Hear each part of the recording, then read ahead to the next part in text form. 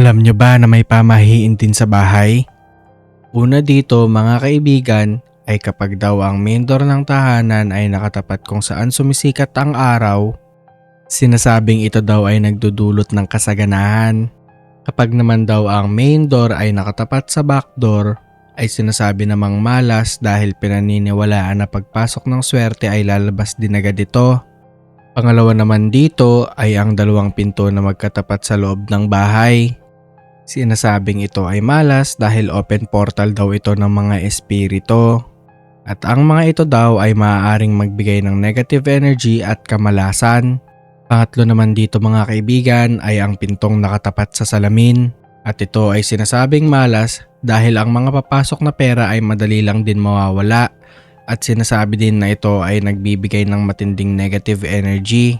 At panghuli naman sa part na to mga kaibigan ay kapag daw ang kama ay nakatapat sa salamin, maaaring mapadalas ang bangungot ng matutulog sa kamang iyon.